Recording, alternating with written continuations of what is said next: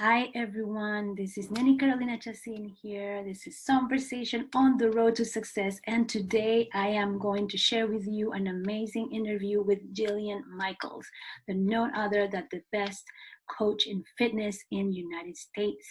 And has been inspiring everybody all around the world with her incredible TV show appearances in The Biggest Loser reality show. She's a black belt, she's a businesswoman, she's an serial entrepreneur. She is very inspiring and motivating, and she's a delight to interview. She's very joyful and very, very, very down to earth lady. And I can't wait to share all her wisdom about encouragement, about trust, about leadership, about aging, about guilty pleasures, and about what's the best number one value in life. So stay tuned. I'm going to share this right after I'm going to present the interview for you, and I hope that you really enjoy. And if you have any comment, if you like this video, please share, please comment, please send me a message on automateyoursuccesscoaching.com. You can follow me on social media at Neni Chacin, and enjoy this amazing interview with none other than the most amazing fitness coach, Jillian Michaels. Hello, Jillian. Thank you so much. I am so honored and humbled for you coming into this interview. And it's a real pleasure to meet you, even if it's online. It's really nice. I'm really happy that you're here. I'm very humbled and honored. Oh my gosh, thank you for having me. It's my pleasure. Thank you. Well, I loved your empowerment story about how you overcame your difficulties growing up, and you build your self-confidence and also your self-esteem through fitness. And I'm really touched by that, and how you build an incredible brand using your social media, using TV shows that I used to watch actually, and see how you pushed people through. That was very inspiring. And I have this question for you, because for me, I am a software engineer, a coach, and also a professional recording artist.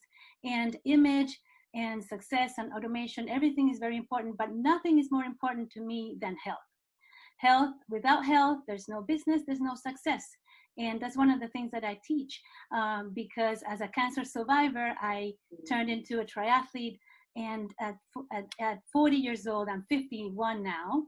And that's one of the questions that I was very touched by one of the videos that you had on YouTube about aging and fitness.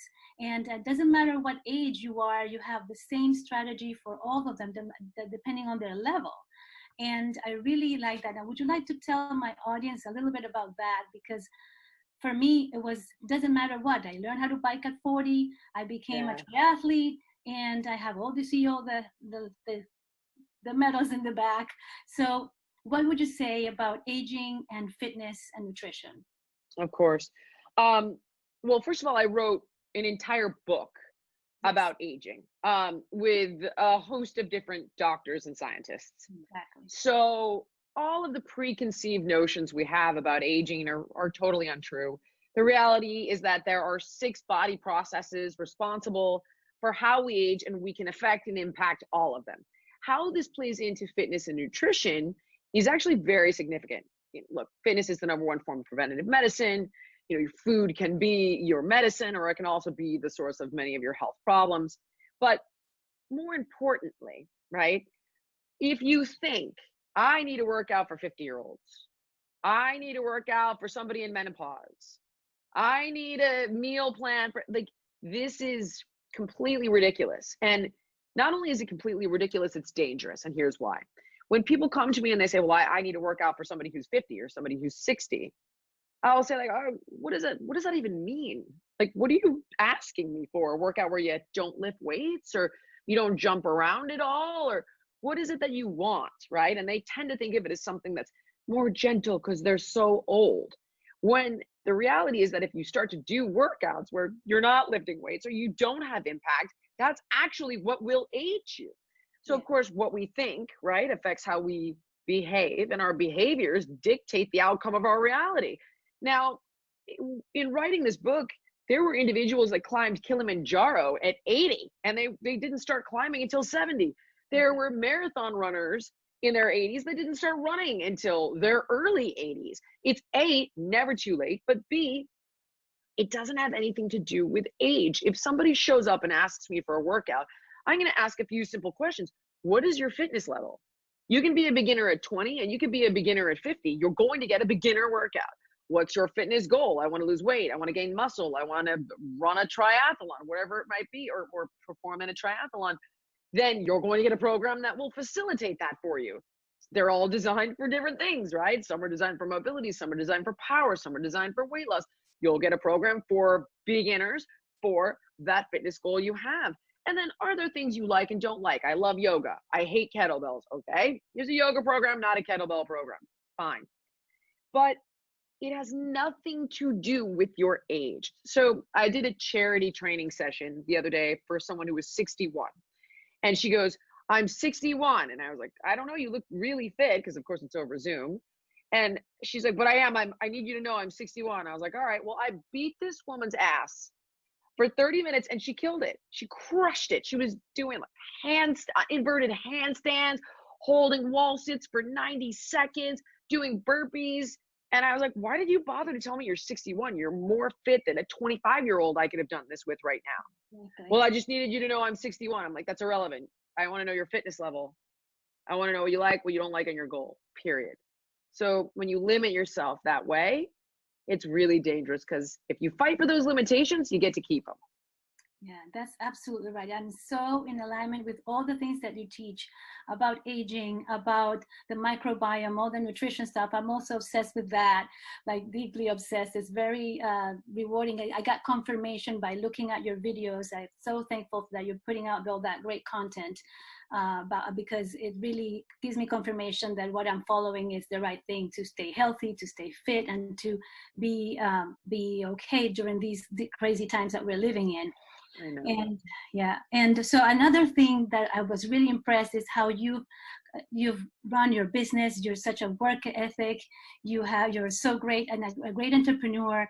And they say, and I think that you are one of the greatest leaders in coaching and fitness.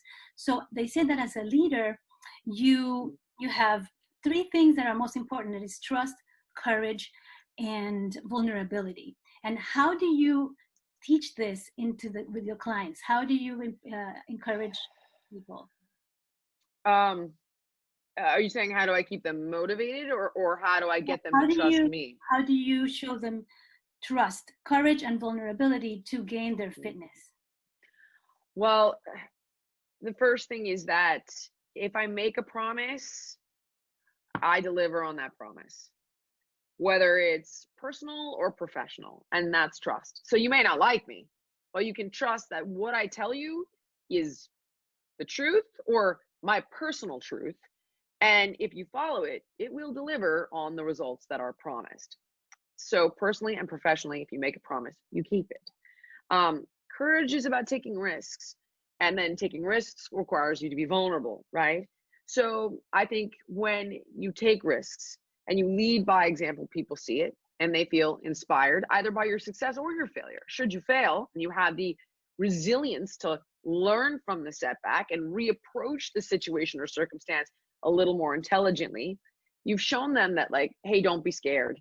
You might fall down, but you'll get back up. The world won't end. And they're like, all right, if she could do it, I can do it. I remember as I was on my own path to being successful, I would study other mentors' failures, right? Mm-hmm. Oprah will talk about, she's coming up a lot for me today, don't know why. Oprah would talk about how she got fired from being an anchor on a news station. And you're like, Oprah got fired, right? And then she became Oprah. So I think whether you win or you lose, if you win, they're like, oh, I identify with her. If she can do it, I can do it. If you lose and you survive it, they're like, all right, it's not that scary to fail. And that vulnerability that you show in taking those risks is what I believe makes you relatable and subsequently inspirational. Yeah, you're definitely inspiration for me. When I saw the different videos about how you overcame your self-confidence and your strength and you believe in yourself with fitness, it really inspired me, and I really connected with that story, feeling much better with myself with the triathlon and open water swimming, done Alcatraz twice. So that was been so really crazy. Yeah, crazy. Alcatraz twice. Oh my God, how? Amazing. That is so, that would, first of all, I did a triathlon once and thought I was going to die on a half-mile swim in the open water. I was like, mother of God, like nothing prepares you, right? Until you actually do it. And you're like, this is unbelievably hard, let alone the Alcatraz swim. But the shark thing, how did you get past that? Yeah. Well, Tell me actually, about your courage there. maybe swim faster just to I think that bet I it was did. gonna have something below me. That I thought, oh my God, what if I had one of those seals, one of sea monsters, you know, those monsters that, and I think it's a shark. Like I was so scared, but I did jump. I have to jump from the ferry, and it was so freaking cold. Oh, Uh, God. I commend you. in fact, the first time I did it in 31 minutes, and Wow. and the second time I did it in almost an hour. That's how the difference in the weather was, because the second time was so choppy. Yeah. I was even more covered with neoprene, but it was colder, so it was very different. So it was the mind challenge for that, and the mindset of overcoming something difficult that's going to be different every time. It was special for me, and it was that's really a challenge. Like when you push these people to lose weight, when you push your clients to do something they've never done, it really opens up a mindset. It opens up your brain that you can do anything in life, not just in the fitness, just not gain this amazing body that that we've changed our body because of it, but also to change life in business, in your personal life, in everything. What is the one value that you absolutely adore, like this is your main value in your life, and how do you, what which behaviors you see that reinforce it? I mean, I would have to say kids. I know it's a cliche, but there's no way around it. They take over your life. They really do. I prioritize my self-care. I prioritize my fitness. But when they say kids come first, they do come first because you've taken on this responsibility. They don't have the ability to put themselves first, so you got to do it. Um, and I just think that uh, the great thing the great thing about kids is that they really force you to evolve and grow and adapt. You've got to be the bigger person. You know what I'm saying? You've got to be the adult. Whereas with another adult, you can be immature and play stupid games. And I mean, kids don't allow that. You've got to grow up. You've got to mature. You've got to evolve. So I would say they're the number one value. And what I do is constantly look at myself um, and try to improve. oh, that's wonderful. That's a very surprising message for all my audience, because family is definitely very important, and definitely young kids are so fresh. They have so much hope.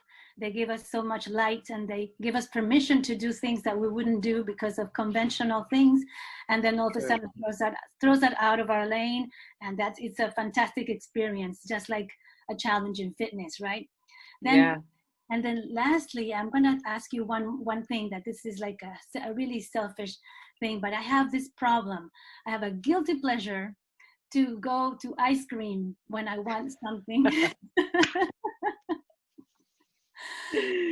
So what would you say to all these people that are confined, that are having a difficult time right now, and they want to get into fitness, but they go to their guilty pleasure first, to satisfy and comfort them? You don't get it first, right? You don't get it first. Have it. Work it into your daily calorie allowance, right? So if you're going to eat 1,800 calories that day, make 20% of it treat food. So 20% of it would be ice cream. So it's like 360 calories worth of ice cream. It's a serving of ice cream. You don't get the pint of ice cream. You don't get the ice cream and the fries, right? It's about working it in every day so you don't feel deprived, but doing it with balance Mm. and finding other ways to nurture and comfort yourself that are not going to be self-destructive. So maybe it's a manicure pedicure, maybe it's downloading music for a new workout playlist, maybe it's seeing a friend wearing a mask outdoors, whatever it might be. Nurture yourself in ways that are life affirming, and then allow yourself those things that have the potential to be destructive with boundaries and limitations. Oh, that is a fantastic answer. I'm pretty sure that all my audience will absolutely love the practicality of your answer in that, because I think I'm going to use that. I do take a little dose. It's not a big dose. Like Perfect. the mochi size is perfect for me. That is perfect.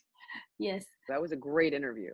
Oh, thank you, Jillian. I really appreciate your time. I know that you've been packed with all these people in many days. So, thank you so much for agreeing to do this for JT and for us. I really appreciate it. So many people are going to see the answers and be inspired and change their life. Continue changing their life. Thank you so much. Thank you. Thank you. I really appreciate it. And one day you're going to have to teach me to swim that swim, kid. Oh my God. Oh my God. I can teach you to do open water swimming without getting tired. Oh, scary. All right. I'm going to hold you to that. When COVID's over, you got to teach me. I know exactly what to do. I would love it. Yes.